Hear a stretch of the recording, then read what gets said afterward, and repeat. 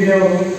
ಮುಂದೇನು ಕ್ರೀಡಾ ಪುರಾಣಿದ್ದು ಇವತ್ತು ಕೈಗಾಲ ಅಂತ ಯಾಕಾಯಿತು ಹೇಳಿದರು. ಹುಷಾರಾಗಿ ನಾಜೂಕಾಗಿ ಚಿತ್ರಕಲೆಯನ್ನು ಅಂದರೆ ಶಿಲ್ಪಕಲೆಯನ್ನು ಕಲ್ಲಿನಲ್ಲಿ ಕೆತ್ತುವ ಮುಖಾಂತರ ದೇವಾಲಯಗಳ ಅತ್ಯಂತ ಸುಂದರವಾಗಿ ವಹಿಸೋದು ಕೂಡ ಮತ್ತು ಚಾಲಕರು ಅಂದರೆ ಬಹುಶಃ ಅವರು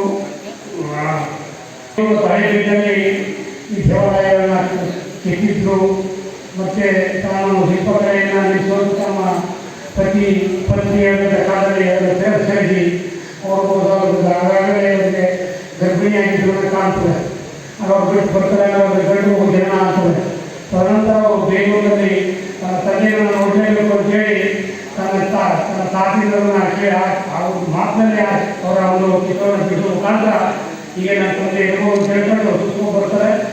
ಬೇಲೂರಲ್ಲಿ ಅರಣ್ಯ ಚಿತ್ರವನ್ನು ಕೆತ್ತಾ ಇರುವಾಗ ಎಲ್ಲ ಜನ ನೋಡಿಕೊಂಡು ಅವ್ರ ತಂದೆ ಗೊತ್ತಿರುತ್ತೆ ಕಾಣೆ ಹೊರಗಡೆ ಬಹುಶಃ ನಮ್ಮ ತಂದೆ ಗೊತ್ತಿಲ್ಲ.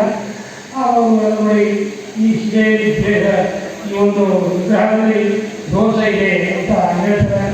ಆಗ ಇಲ್ಲ ಅದೊಂದೇ ಕಂಡಿದ್ರೆ ನನ್ನ ಬರೆಯಿನ ಸಂಸ್ಕೃತಿ ಅಂತ ಹೇಳ್ತಾರೆ.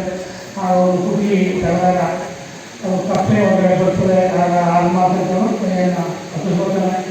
ತದನಂತರ ನಮ್ಮದೇ ಎರಡನೇ ದೇವಾಲಯಕ್ಕೆ ಎತ್ತುವಾಗ ಆಗ ಇಬ್ಬರು ಮಕ್ಕಳ ತಂದೆ ಪರಿಚಯ ಆಗ್ತದೆ. ತದನಂತರ ಏನು